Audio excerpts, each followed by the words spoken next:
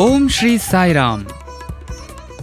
साई प्रेम वाणी के हमारे आज के प्रसारण में आप सबका हार्दिक स्वागत है। आज हम आप सबके लिए लेकर आए हैं सुमधुर कार्यक्रमों की मनमोहक श्रृंखला। आज के प्रसारण में आप अवतार वाणी के अंतर्गत एक दिव्योद्बोधन का एक भाग सुनेंगे तथा भजन शिक्षा के अंतर्गत एक भजन गायन भी सीखेंगे। तो चलिए कार्यक्रम का शुभारंभ करते हैं।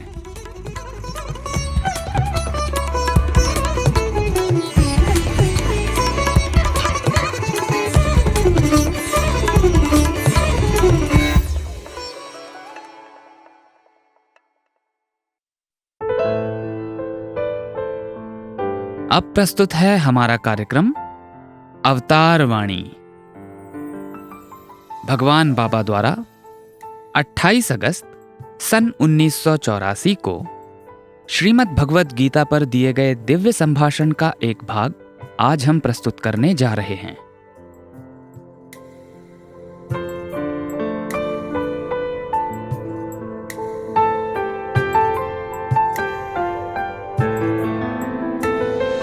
ప్రేమ స్వరూపులారా, కనుక ఈ భూతాకాశం యొక్క తత్వాన్ని విచారణ చేసినప్పుడు ప్రతి ఒక్క విషయం కూడాను ఒక్కొక్క బిందువు యొక్క ఆకారంనే కూడి ఉంటుండాలి.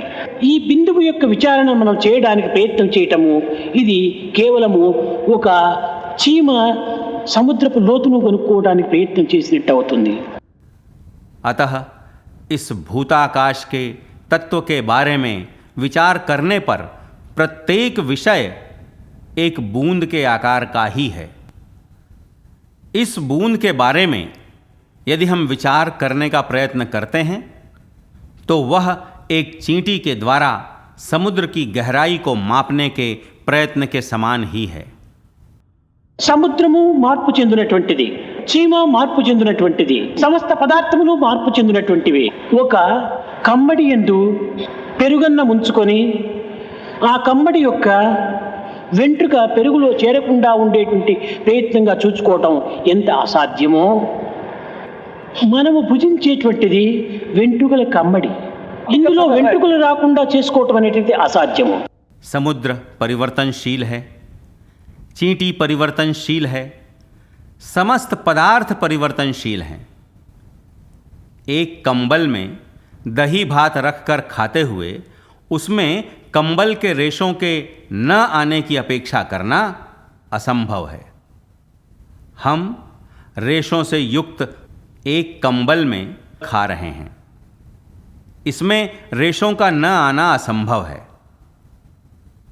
కనుక మనం నివసించేటువంటిదంతా కూడాను ఒక క్షణికమైనటువంటి యొక్క ప్రకృతి. కనుకని ఈ భూతాకాశం యొక్క తత్వాన్ని గుర్తించుకోవాలనుకుంటే గుర్తించుకునేటువంటి వాడు క్షణికమైనటువంటి యొక్క, గుర్తింపబడేటువంటి పదార్థం కూడాను నశ్వరమైనటువంటిది. శాశ్వతమైనటువంటి యొక్క విషయమును గుర్తించుకోవాలన్నా శాశ్వతత్వం కలిగినటువంటి వ్యక్తిత్వమే ఉండాలి. हम नश्वर प्रकृति में निवास कर रहे हैं. हम भूताकाश के तत्व से अवगत होना चाह रहे हैं. यहाँ पहचानने वाला क्षणिक है, पहचाना जाने वाला पदार्थ भी नश्वर ही है. शाश्वत तत्व से अवगत होना है तो शाश्वतता से युक्त व्यक्तित्व का होना आवश्यक है. ఈ వ్యక్తిత్వం అనేటువంటిది అశాశ్వతమైనటువంటిది. ఇది కేవలము ఒక ఎండమావు వంటిది. ఈ ఎండమావును ఆధారం చేసుకొని దాహం తీర్చుకునాలని ప్రయత్నం చేసేటువంటి మృగ భ్రాంతిలో ఉంటున్నాడు మానవుడు. ఎండమావులు ఎంత వీచినప్పటికీ ఏది చల్లబడదు, బట్టైనా కూడా తడిబడదు. ఇది కేవలం దృశ్యంగా గోచరించేటువంటిదే కానీ ఇందులో జలం ఏమాత్రము ఉండదు. व्यक्तित्व भी अशाश्वत है. यह एक मृग तृष्णा है. आज का मानव मृग मरीचिका को आधार बनाकर प्यास बुझाने के भ्रम में पड़े मृग की भांति है.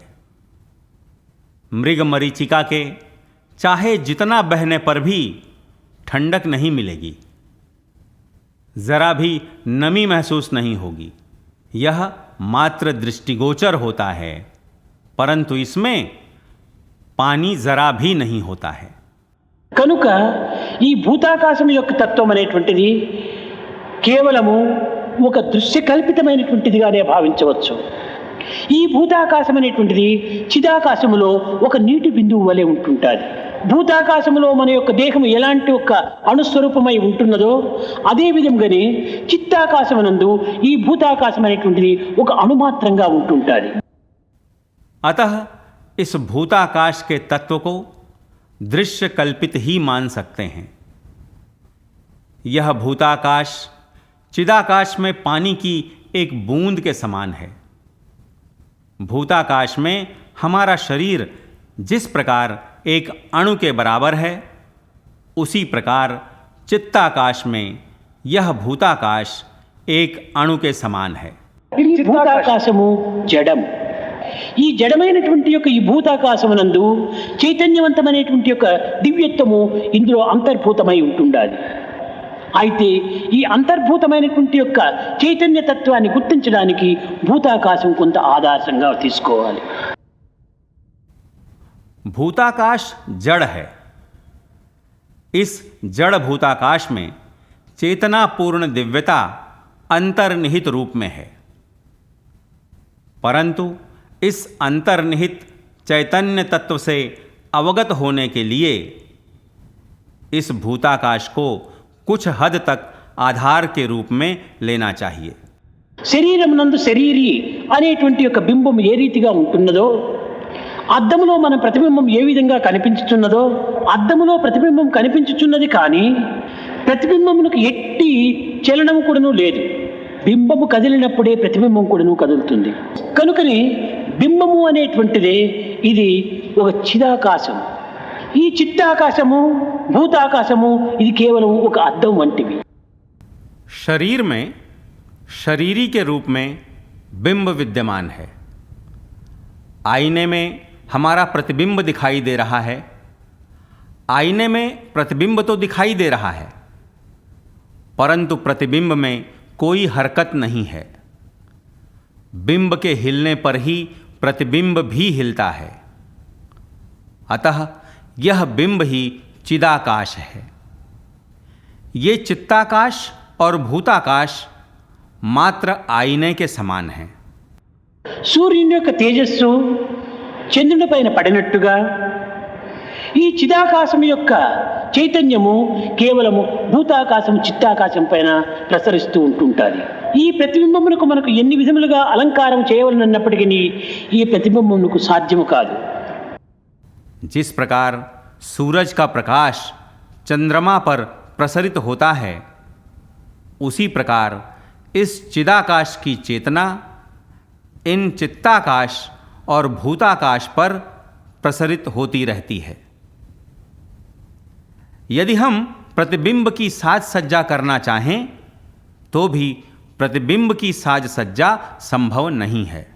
ఒక చిన్న ఉదాహరణ, అద్దంలో మన ముఖం చూసుకుంటున్నాం. అద్దంలో కనిపించేటువంటి ముఖమునకు సరిగా నొస్తున్న బొట్టు పెట్టాలా అని పెడుతున్నాం. పెట్టినాము, మనం చూసే సమయంలోనేమో ఆ నొస్తున్న సరి అయినటువంటి స్థలంలోనే బొట్టు పెట్టాము. అద్దం పైన అద్దము కొంచెం కదిలితే ఈ బొట్టు ఎక్కడో చేరిపోతుంది. కనుక అద్దంలో కనిపించేటువంటి యొక్క ప్రతిబింబమునకు మనం బొట్టు పెట్టడం అసాధ్యము. బింబమునకు బొట్టు పెట్టి అద్దం ఎట్లయినా తిప్పుకో, ఇది సరి అయినటువంటి స్థానంలోనే ఉంటుంటుంది. एक छोटा सा उदाहरण, हम आईने में अपना चेहरा देख रहे हैं। आईने में दिखाई पड़ने वाले चेहरे के माथे पर टीका लगाना चाह रहे हैं। टीका लगाते समय सही जगह माथे पर टीका लगाया आईने पर। यदि आईना ज़रा भी हिलता है तो टीका और कहीं पहुंच जाता है। अतः आईने में दिखाई पड़ने वाले प्रतिबिंब को टीका लगाना संभव नहीं है, परंतु बिंब को टीका लगाओ और आईने को चाहे जैसे भी घुमाओ, परंतु टीका सही स्थान पर ही रहेगा. దీనికి ఒక చిన్న కథ ఉంటుండాలి. గొప్ప పెయింటర్ ఒకడు ఉండేటువంటి వాడు, ప్రపంచ వ్యాప్తి పొందినటువంటి వాడు. అలాంటి వ్యక్తి చక్కగా చిత్రించేటువంటి యొక్క శక్తి సామర్థ్యంతో కూడినవాడు. ద్వారకలో ఉండినటువంటి కృష్ణుడి దగ్గరికి వచ్చాడు. కృష్ణుడి యొక్క చిత్రాన్ని చిత్రించాలని చెప్పి ఆశపడ్డాడు. కృష్ణుడు చిరునవ్వులు చిందులు దొక్కుచూ, నాయన నీ ఉద్దేశానికి నేను ఎందుకు అడ్డు రావాలి, తప్పక నీకు ఏ విధమైనటువంటి చిత్రం చిత్రించాలంటున్నదో అది తప్పక నీవు చిత్రించమన్నాడు. इसके लिए एक छोटी सी कहानी है। बहुत पहले एक महान चित्रकार था।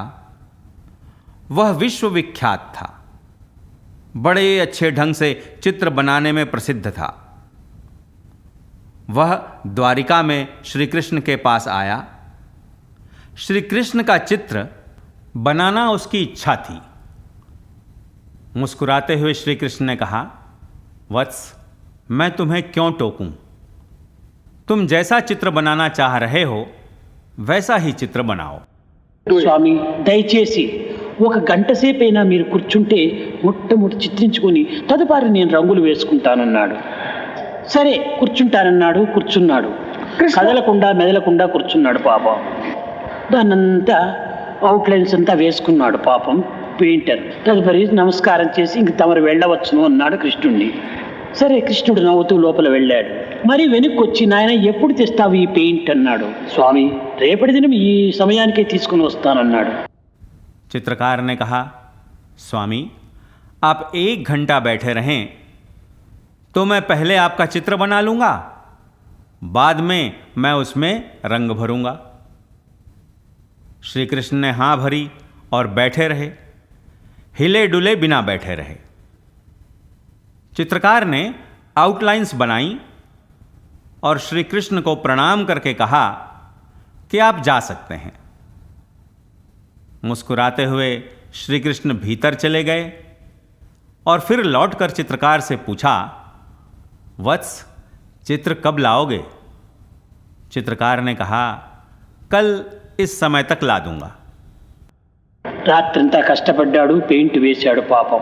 తనకు చాలా తృప్తి కలిగింది పెయింటర్కు. మంచి మకుమల్లు బట్టం కప్పుకొని తిరిగి రెండవ దినము ఆ సమయానికి కృష్ణుడి దగ్గర తీసుకొచ్చాడు.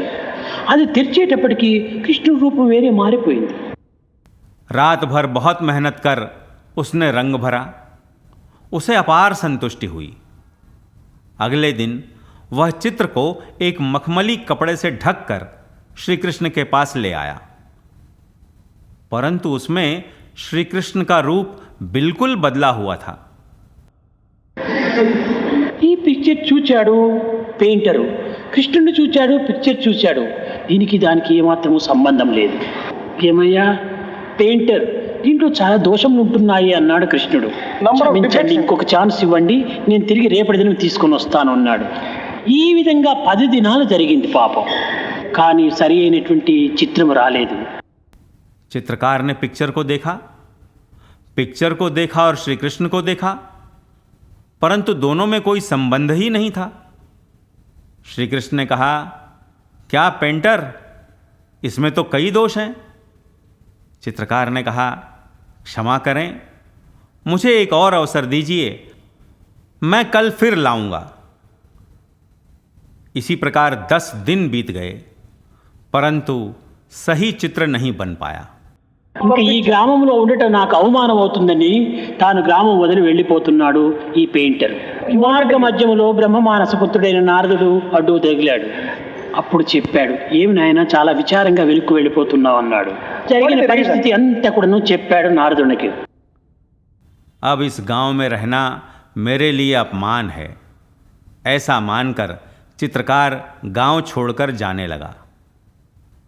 बीच रास्ते में उसे ब्रह्म मानस पुत्र नारद मिले। उन्होंने पूछा, वत्स, क्यों ऐसे चिंतित होकर जा रहे हो? चित्रकार ने नारद को सारी बातें बताईं। ఒరే పిచ్చివాడా, లీలా మహర్షి విగ్రహుడు భగవంతుడు, నటన సూత్రధారి భగవంతుడు నీ దగ్గర కావలసిన నాటకాలు ఆడినాడు. కానీ ఈ నాటకాలకు నీవు పూర్తి జయించాలనుకుంటే, ఈ నాటకాలను నువ్వు సంపూర్ణంగా సాధించాలనుకుంటే నేను చెప్పినట్టు చేయమన్నాడు. సరే, నారదుడు ఏమి చెప్పినాడో దాన్ని తప్పక శిరసా వహిస్తానని పెయింటర్ ఒప్పుకున్నాడు. नारद ने कहा, अरे पगले, ईश्वर लीला मानुष विग्रह हैं, ईश्वर नटन सूत्रधारी हैं। उन्होंने तुम्हारे सामने कई नाटक रचे। यदि तुम इन नाटकों पर विजय पाना चाहते हो इन नाटकों में तुम सफल होना चाहते हो तो जैसे मैं कहता हूं वैसा ही करो। चित्रकार नारद की बातों को मानने पर राजी हो गया। వెళ్ళినాడు నారదుని యొక్క ఆదేశానుసారంగా తిరిగి రెండవ రోజు స్వామి తమ సాక్షాత్ పిక్చర్ను నేను తీసుకుని వచ్చానని ముఖమల్లు బట్టను కప్పుకొని తీసుకొచ్చాడు. ఎదురుగా నిలుచుకున్న తక్షణమే దీనిని బట్టను తీసివేశాడు. ఇది పరిశుద్ధమైన అద్దము, నీ ఇష్టం వచ్చినట్టు మారుకో, నీవు మారినప్పటికీ అది కనిపిస్తుంది, ఎట్లా మారితే ఎట్లా కనిపిస్తుంది అన్నాడు. ఏ మార్పులు కలిగినా ఈ అద్దంలో మార్పుగానే కనిపిస్తుండాలి, ఇంక వేరే విధంగా కనిపించడానికి వీలు లేదు. नारद के कथनानुसार चित्रकार मखमल के कपड़े से ढक कर ले आया और श्री कृष्ण से बोला, स्वामी मैं आपका साक्षात पिक्चर ले आया हूं। श्री कृष्ण के सामने खड़े होते ही उसने वह कपड़ा हटा दिया। वह एक स्वच्छ आईना था। चित्रकार ने कहा, अब आप जैसा चाहें वैसा रूप बदल लें। आप जैसे रूप बदलेंगे वैसे ही आपको दिखाई पड़ेगा। जैसे भी रूप बदलेगा आईने में वैसे ही दिखाई पड़ेगा। दूसरे ढंग से दिखाई देने का कोई अवसर ही नहीं है। కనుక నీవు కేవలము అనిత్యమైనటువంటి యొక్క భావముతో, క్షణికమైనటువంటి యొక్క కుంచెలతో, క్షణికమైనటువంటి యొక్క పెయింట్తో నీవు భగవంతుని చిత్రించడానికి ప్రయత్నిస్తే ఇది సాధ్యమయ్యేటువంటిది కాదు. నశ్వరమైనటువంటి ఈ భూతాకాశంలో సర్వము నశ్వరమే అయిపోతాయి. కనుక పరిశుద్ధమైనటువంటి హృదయమునందే పరమాత్ముడు చక్కగా గోచరమవుతాడు. अतः अनित्य भावनाओं के साथ क्षणिक तूलिका और क्षणिक रंगों का उपयोग कर ईश्वर का चित्र बनाना चाहते हो तो वह संभव नहीं है। नश्वर गुण से युक्त इस भूताकाश में सब कुछ नश्वर ही हो जाता है। अतः विशुद्ध हृदय में ही परमात्मा अच्छी तरह से दर्शन देते हैं। अभी आप सुन रहे थे अवतार वाणी। आज आपने भगवान बाबा द्वारा सन 1984 में श्रीमद् भगवत गीता पर दिए गए दिव्य संभाषण का एक भाग सुना।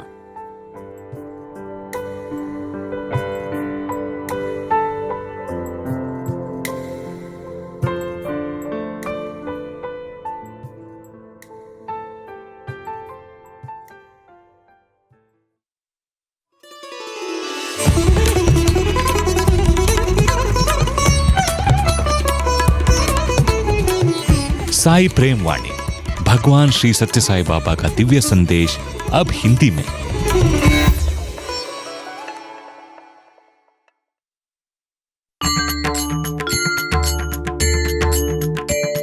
अब प्रस्तुत है हमारा कार्यक्रम भजन शिक्षा। कक्षा में प्रस्तुत हैं भगवान बाबा के प्रिय भजन गायकों में से एक श्री रवि कुमार सर एवं टीम रेडियो साई के प्रिय सदस्य श्री अनिरुद्ध श्रीनिवासन जी।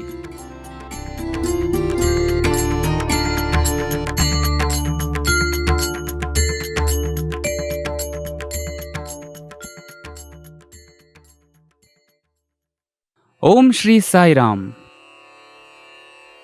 भजन शिक्षा कार्यक्रम में आप सबका हार्दिक स्वागत है। आज की कक्षा के लिए हमने भगवान की वंदना करता हुआ ये भजन चुना है। हम सब मिलकर मंगल गाए। चलिए अब इस भजन के बोल जान लेते हैं।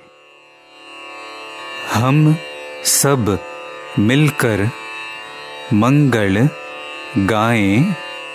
साई भगवान सत्य साई भगवान, साई भगवान सत्य साई भगवान, सब सुख जीवन साई भगवान, सब दुख हरणा साई भगवान, सत्य स्वरूपा साई भगवान हृदय निवासा साई भगवान परति निवासा साई भगवान। इस भजन को डी पंचम श्रुति में गाया जा रहा है, जिसे टू पंचम या सफेद दो का पंचम भी कह सकते हैं।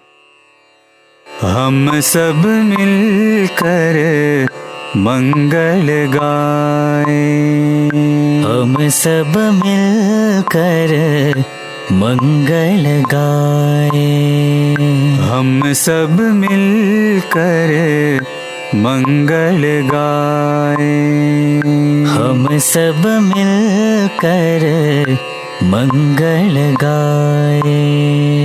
साई भगवान सत्य साई भगवान, साई भगवान सत्य साई भगवान, साई भगवान सत्य साई भगवान, साई भगवान सत्य साई भगवान। सब सुख जीवन साई भगवान,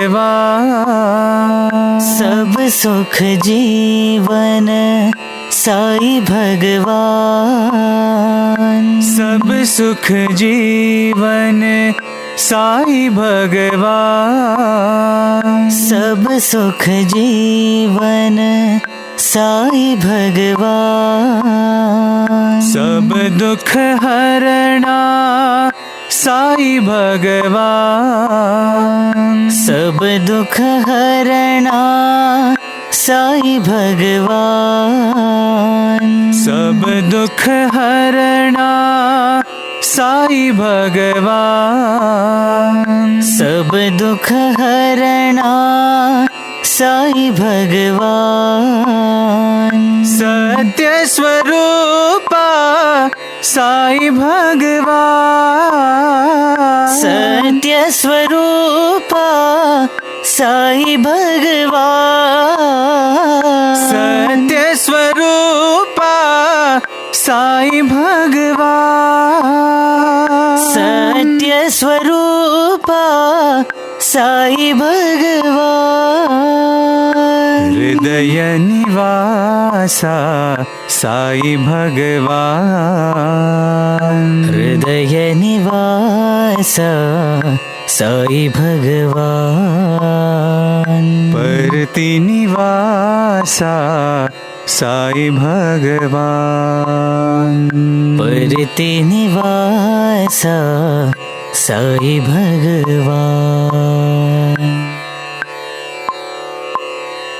साई भगवान सत्य साई भगवान, साई भगवान सत्य साई भगवान, साई भगवान सत्य साई भगवान, साई भगवान सत्य साई भगवान, साई भगवान सत्य साई भगवान, साई भगवान सत्य साई भगवान, साई भगवान सत्य साई भगवान, साई भगवान सत्य साई भगवान, साई भगवान सत्य साई भगवान, साई भगवान सत्य साई भगवान, साई भगवान सत्य साई भगवान, साई भगवान सत्य साई भगवान। हम सब मिलकर मंगल गाए। कहरवा ताल और अधिकांशतः राग मेघ पर आधारित इस भजन की धुन जान लेने के बाद चलिए अब रुख करते हैं साई भजनों की आत्मा कहे जाने वाले भाव पक्ष का। हम सब मिलकर मंगल गाए। सन 1976 में विश्व अखंड भजन के समापन के बाद बाबा ने ईश्वर नाम के गायन की महिमा पर प्रकाश डाला। उन्होंने कहा, इस भजन समारोह को अखंड भजन नाम दिया गया है क्योंकि ये भजन बिना किसी विराम के किया जाता है। लेकिन क्या वास्तव में ये अखंड भजन था? ये भजन पहले दिन संध्या काल में 6:30 बजे से शुरू होकर अगले दिन शाम 6:30 बजे समाप्त हो जाता है। क्या हम इसे अखंड कह सकते हैं? जब हम ब्रह्मांड के असीम विस्तार और समय की अनंतता पर विचार करते हैं तो उसके समक्ष 24 घंटे होते ही कितने हैं? उस विशाल समयावधि के आगे ये एक बार पलक झपकाने जितनी अवधि मात्र है, जो पृथ्वी पर मनुष्य के जीवन का केवल एक छोटा सा अंश है। केवल एक दिन के लिए भगवान के नाम का पाठ कर तुम अखंड भजन करने का दावा करते हो। नाम स्मरण में श्वास लेने जैसी निरंतरता होनी चाहिए, तभी उसे अखंड भजन कहा जाएगा। तुम जिस संकीर्तन में संलग्न हो उसके वास्तविक महत्व को तुम्हें समझना होगा। ईश्वर की महिमा को मुक्त कंठ से गाने को कीर्तन कहते हैं। संकीर्तन होंठ अथवा जिह्वा से नहीं, बल्कि सीधे हृदय से निकलना चाहिए। ये हर्ष एवं रोमांच की ऐसी अभिव्यक्ति है जो भगवान की महिमा के स्मरण करने पर हृदय तल से प्रकट होती है। ये आंतरिक परमानंद की सहज अभिव्यक्ति है। संकीर्तन में श्रोताओं की आलोचना अथवा प्रशंसा पर कोई ध्यान नहीं होता है। ये तो स्वयं के सुख, आनंद और संतुष्टि के लिए किया जाता है।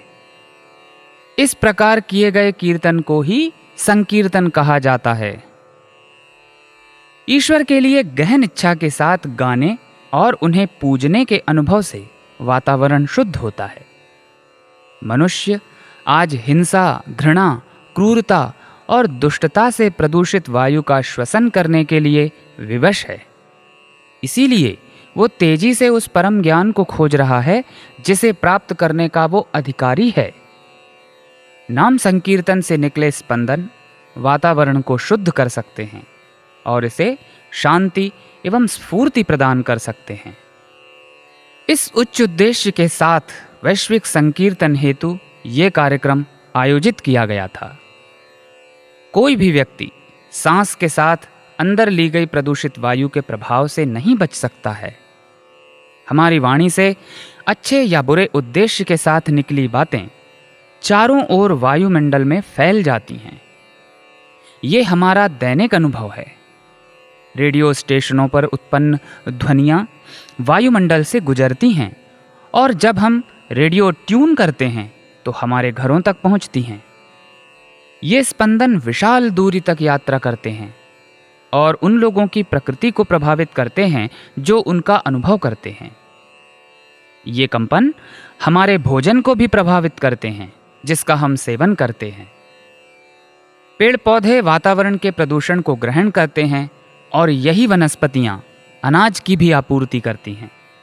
अनाज भोजन का आधार है और भोजन उस व्यक्ति के चरित्र और व्यवहार को आकार देता है जो उसका उपभोग करता है। जब वातावरण पवित्र और बुरे स्पंदनों से मुक्त होता है तो भोजन भी शुद्ध होता है और व्यक्ति में प्रेम और सरलता की प्रवृत्ति विकसित होती है। ऐसे वातावरण का निर्माण करने हेतु ही इस साधना को संपूर्ण विश्व में प्रारंभ किया गया था। जीवन एक गीत है, इसे गाते रहो, यही हमें कृष्ण ने अपने जीवन के माध्यम से सिखाया था। अर्जुन ने उस गीत को युद्ध के मैदान में सुना, जहां तनाव अपने उच्चतम स्तर पर था और जब शस्त्रों से लाखों लोगों के भाग्य का निर्णय होना था। कृष्ण ने गीता गाई ताकि अर्जुन इसका श्रवण कर सकें। गीता का अर्थ है गीत, और उन्होंने इसे गाया क्योंकि वे परमानंद हैं। वे चाहे जहां भी रहें, गोकुल में, यमुना तट पर अथवा युद्धरत सेनाओं के बीच कुरुक्षेत्र में, तुम भी अपना दिन प्रभु का नाम गाते हुए व्यतीत करो। अपने पूरे जीवन को एक भजन बना दो। इस बात पर दृढ़ विश्वास रखो कि भगवान हर समय हर स्थान पर हैं। उनकी उपस्थिति में उनकी महिमा को गाकर शक्ति, सुख और आनंद प्राप्त करो। अपने हृदय रूपी कूप को मधुरता और सद्भाव से सराबोर कर दो, जिससे तुम्हारे द्वारा गाए गीत से व्यक्त प्रेम का सभी आनंद ले सकें। क्या भगवान का यह स्पष्ट आवाहन प्रेरक नहीं है?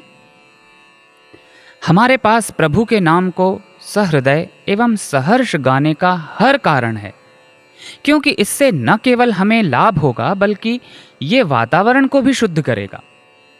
वास्तव में सन 1968 में उगादि के पवित्र दिन भगवान ने समझाया कि वे स्वयं भजन क्यों गाते हैं। उन्होंने कहा, तुम्हें नाम स्मरण में सम्मिलित करने हेतु प्रोत्साहित करने के लिए ही मैं अपने प्रत्येक प्रवचन का समापन कुछ नामावलियों को गाकर करता हूँ। बड़े बड़े अधिकारी भी अपने बच्चों को वर्णमाला सिखाने के लिए स्लेट पर क ख ग घ इत्यादि वर्णमाला के कुछ अक्षरों को लिखकर उनका उच्चारण करते हैं। जब तुम उन्हें ऐसा करते देखते हो तो तुम ये अनुमान नहीं लगाते कि वह स्वयं वर्णमाला सीख रहे हैं। इसीलिए यदि मैं भजन गाता हूँ तो तुम आश्चर्यचकित मत हो। मैं तुम्हें सबसे अधिक प्रभावशाली साधना की दीक्षा दे रहा हूँ। अपने आप को दृढ़ बनाओ, पवित्र करो एवं इस नाम संकीर्तन द्वारा स्वयं को शिक्षित करो। इसे पूरी शक्ति से और सामूहिक रूप से करो, ताकि जो लोग तुम्हारे साथ जुड़ें वे इसके श्रवण से नाम स्मरण के अमृत को ग्रहण कर पाएं। साई भगवान सत्य, साई भगवान, साई भगवान सत्य, साई भगवान। भगवान ने एक बार कहा था, भगवान शब्द में भ का तात्पर्य है सृष्टि या सृजन से, ग का तात्पर्य है स्थिति या संरक्षण से और वा का अर्थ है लय। अतः वो जो इन तीनों परम शक्तियों को धारण करता है भगवान है। ये मेरे व्यक्तित्व की सूक्ष्म वास्तविकता है।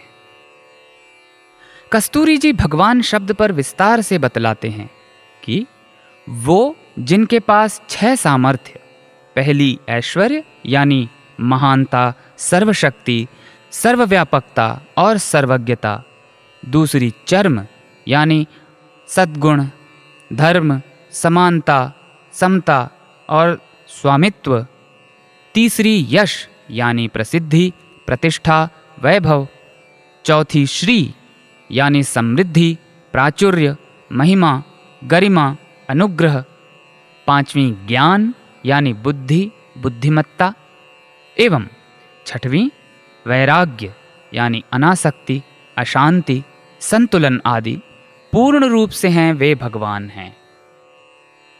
सन 1981 में दिए गए एक दिव्योद्बोधन में भगवान ने भगवान शब्द का आंतरिक अर्थ बताया और कहा, वेद कहते हैं ब्रह्मेति परमात्मेति भगवानीति शब्द्यते, अर्थात भगवान का सिद्धांत भी वही है जो ब्रह्मा या परमात्मा का है। भगवान सर्वश्रेष्ठ एवं संपूर्ण हैं। भ का अर्थ है पूर्ण पवित्रता व समृद्धि। ग का अर्थ है प्रशंसा और आराधना योग्य। रामायण में भगवान को स्पष्ट शब्दों में वर्णित किया गया है। वे जो अपनी रचनात्मक शक्ति का उपयोग करके ब्रह्मांड का भरण पोषण करते हैं वे भगवान हैं। वही निर्माण करते हैं और जो निर्मित किया गया है उसे पोषित करते हैं। वे ही पालक हैं, वे ही शासक हैं और रक्षक भी हैं। भ का अर्थ प्रकाश और वैभव भी होता है। भगवान वे हैं जो हमें प्रकाश देते हैं और उनका विस्तार भी करते हैं। भगवान ज्योति स्वरूप, प्रकाश स्वरूप व दिव्य हैं। चूंकि वे हर क्षण एवं सभी वस्तुओं और प्राणियों को प्रकाशित कर सकते हैं, इसीलिए भगवान कहलाते हैं। 21 अप्रैल सन 1967 को चेन्नई में आयोजित श्री सत्यसाई सेवा संगठनों के प्रथम अखिल भारतीय सम्मेलन के दौरान भगवान ने अपने प्रवचन में कहा था कि भोजन भूख नामक बीमारी की दवा है और पेय प्यास की। इसी तरह भवरोग अर्थात जन्म मृत्यु के चक्र के रोग हेतु भगवान ही औषधि हैं। सब सुख जीवन साई भगवान। इस विषय में एक छोटी सी घटना स्मरण में आती है कि कैसे साई भजनों को गाते हुए सचमुच एक मृत व्यक्ति को जीवन दान मिला।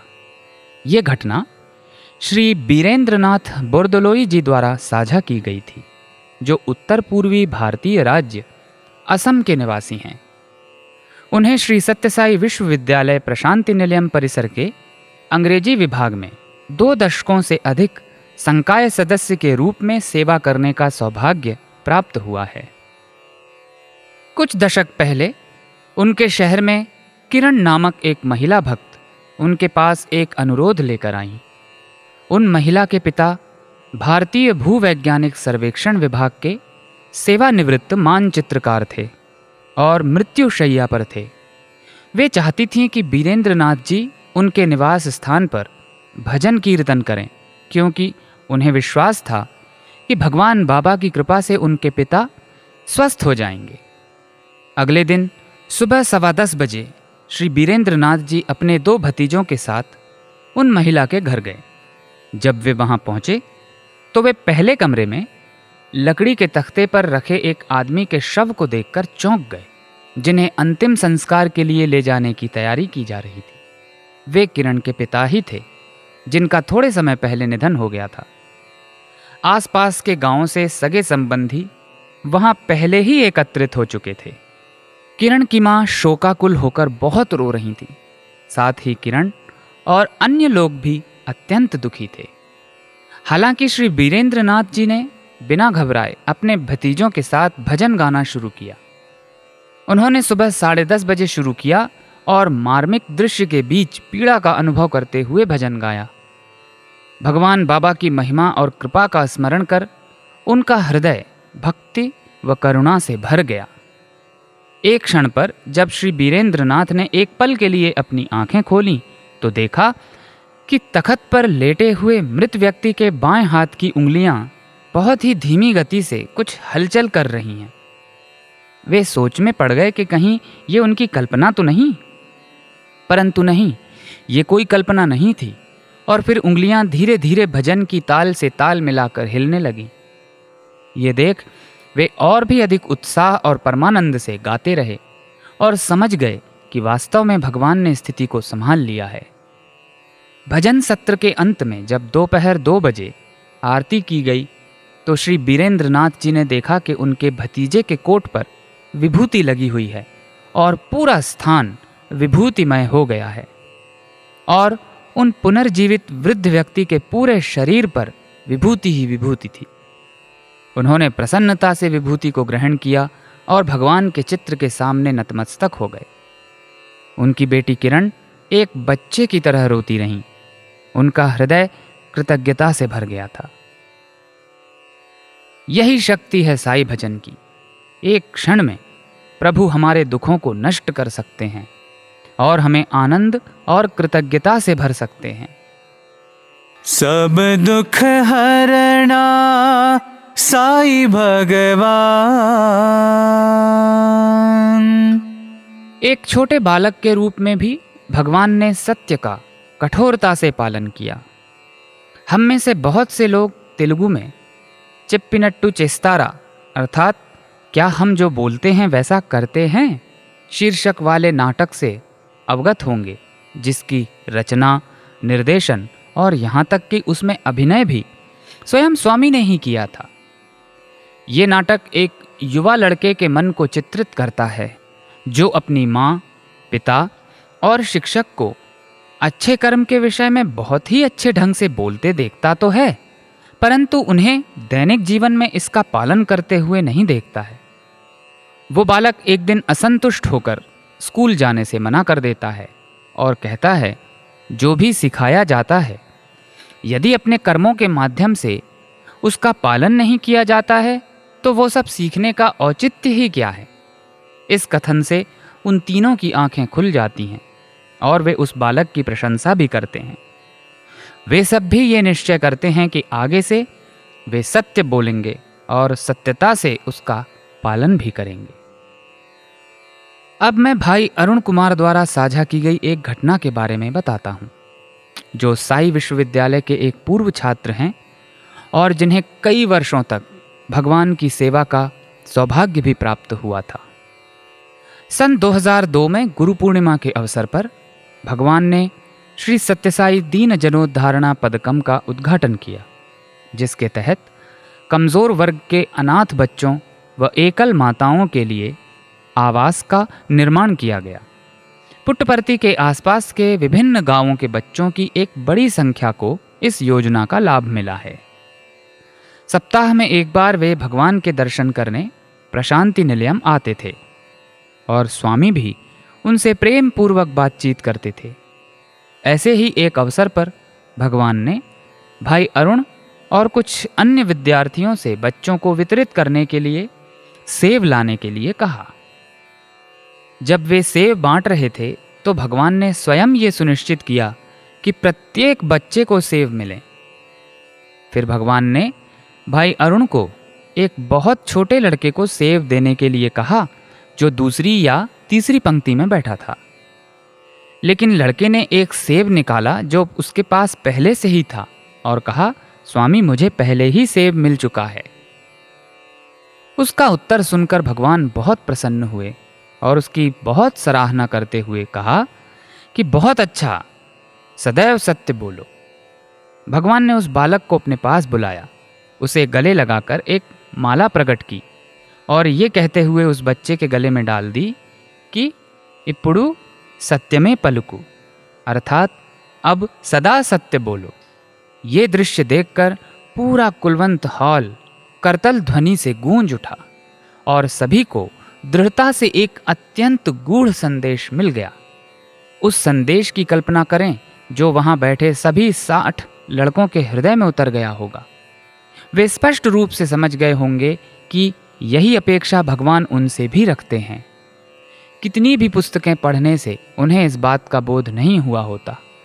सत्य स्वरूपा साई भगवान, हृदय निवासा साई भगवान। प्रभु वास्तव में हमारे हृदय में निवास करते हैं और जब भी हम उनकी पूरी निष्ठा से प्रार्थना करते हैं तो वे सदा उत्तर भी देते हैं। अब मैं एक छात्र का अनुभव बताता हूँ जिसने श्री सत्यसाई विश्वविद्यालय से MBA की पढ़ाई पूरी की थी।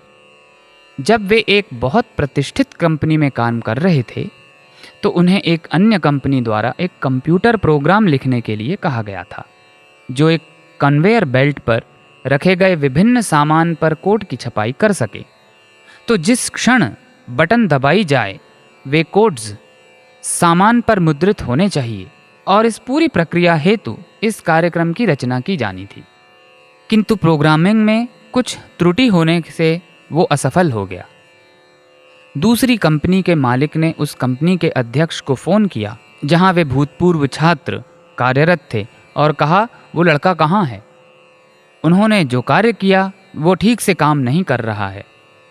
ये कोई मजाक का विषय नहीं है क्योंकि सभी ट्रक सामान की प्रतीक्षा कर रहे हैं। अब इस सब के लिए कौन जिम्मेदार है। तुरंत ही उन भाई को उस कंपनी के कार्यालय जाने के लिए कहा गया। जब वे वहां पहुंचे तब बड़े बड़े अधिकारी उन पर चिल्ला रहे थे और उन्हें उनकी गलती बताने की कोशिश कर रहे थे और उनका मजाक भी उड़ा रहे थे। इस स्थिति में उन्हें समझ नहीं आ रहा था कि उन्हें आगे क्या करना चाहिए। तब उन्होंने उनसे कहा, महोदय क्या आप मुझे 5 मिनट दे सकते हैं? मैं 1 कप कॉफ़ी पीना चाहता हूँ। कॉफ़ी तो मात्र एक बहाना था। वास्तव में वे भगवान का स्मरण करना चाहते थे।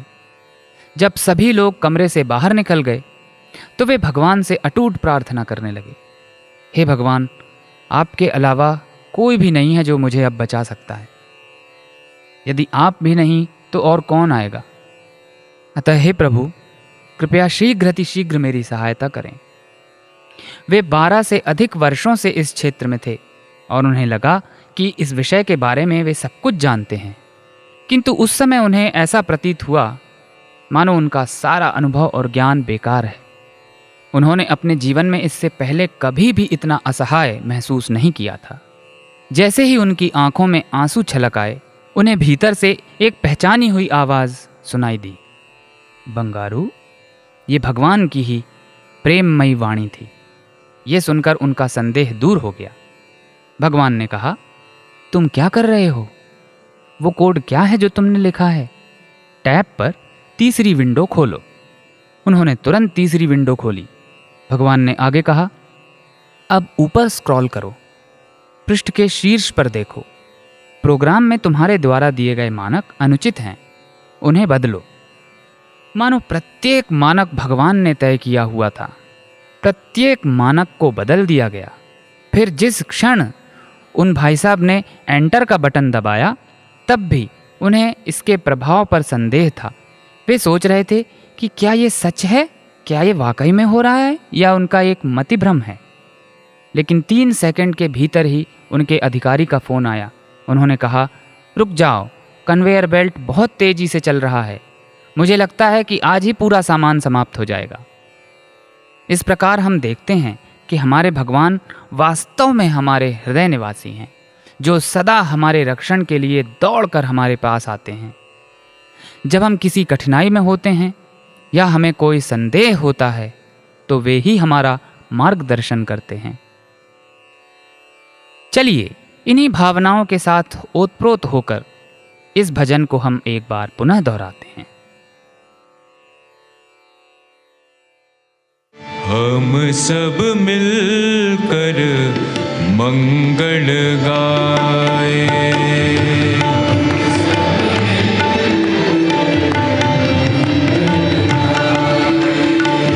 हम सब मिलकर मंगल गाए।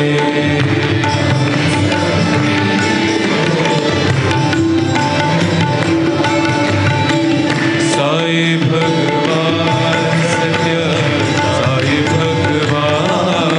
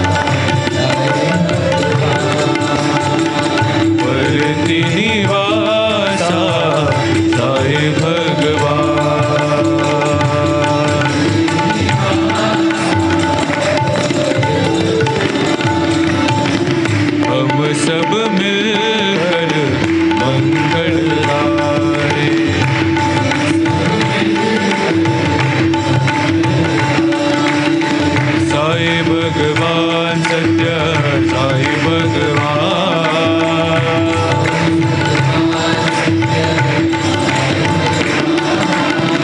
साई भगवान सत्य साई भगवान।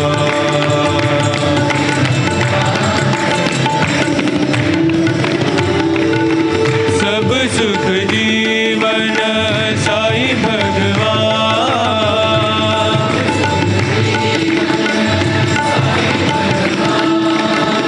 सब दुख हरणा साई भगवान।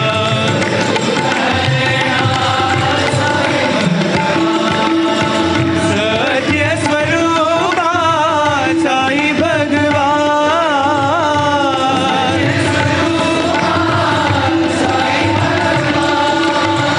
हृदय निवासा साई भगवान।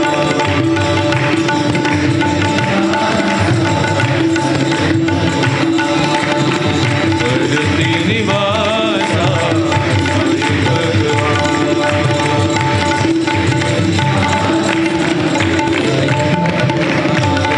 साई भगवान सत्य साई भगवान। साई भगवान सत्य साई भगवान। साई भगवान सत्य साई भगवान। साई भगवान सत्य साई भगवान।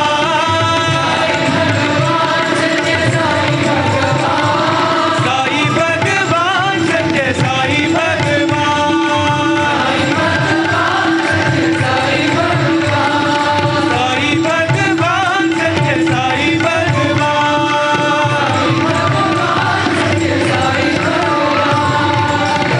हम सब मिलकर मंगल गाए।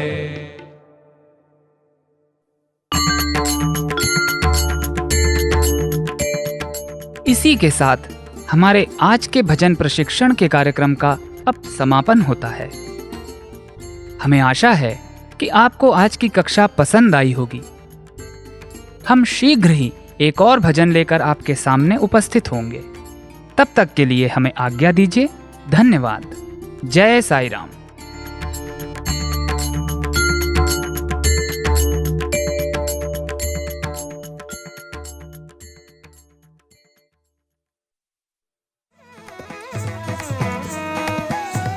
आज का हमारा साई प्रेमवाणी कार्यक्रम अब यहीं समाप्त होता है। आशा करते हैं कि आपको ये कार्यक्रम पसंद आया होगा।